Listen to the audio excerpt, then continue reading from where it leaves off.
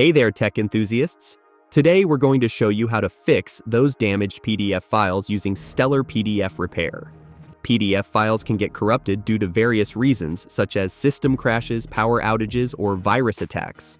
This powerful tool can repair damaged PDF files, restoring all components, including charts, videos, and digital signatures in just a few clicks. First, download and install Stellar PDF Repair from the link in the description box below.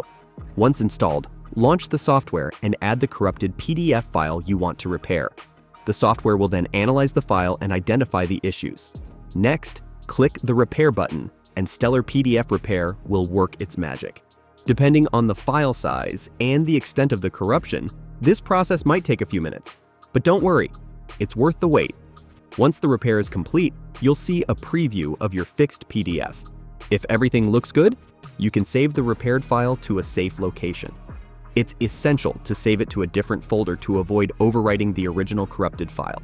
Stellar PDF Repair is incredibly easy to use and supports a wide range of PDF formats. It can even extract videos and music from corrupt PDF files, ensuring you don't lose any important multimedia content. So don't let corrupted PDF files get in the way. Download Stellar PDF Repair today and start repairing your files.